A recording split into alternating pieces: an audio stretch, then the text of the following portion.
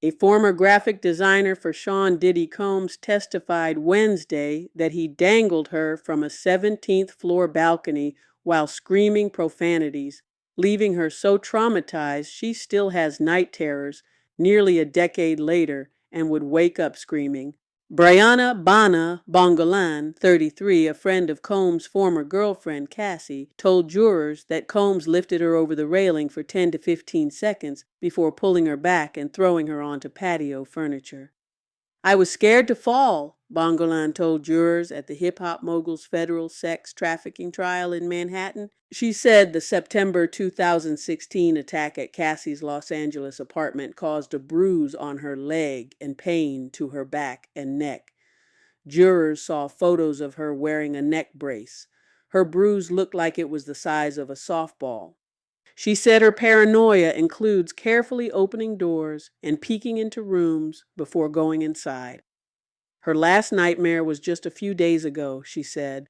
Combs' lawyers said Bongolan was a heavy drug user and suggested she may have been high during the alleged attack, which she denies.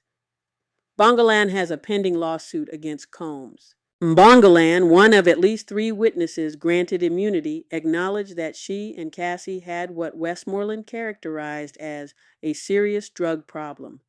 Bongolan said they'd sometimes sprinkle cocaine into a marijuana, a cocoa puff, and that she sold drugs to Cassie weekly. She said Cassie sometimes put up the money for drugs, an arrangement Westmoreland described as a drug partnership. Sean Diddy Combs was almost thrown out of his own trial on Thursday. Combs was caught nodding vigorously at jurors in the courtroom by the trial judge, who threatened to exclude him from the rest of proceedings for the inappropriate gestures.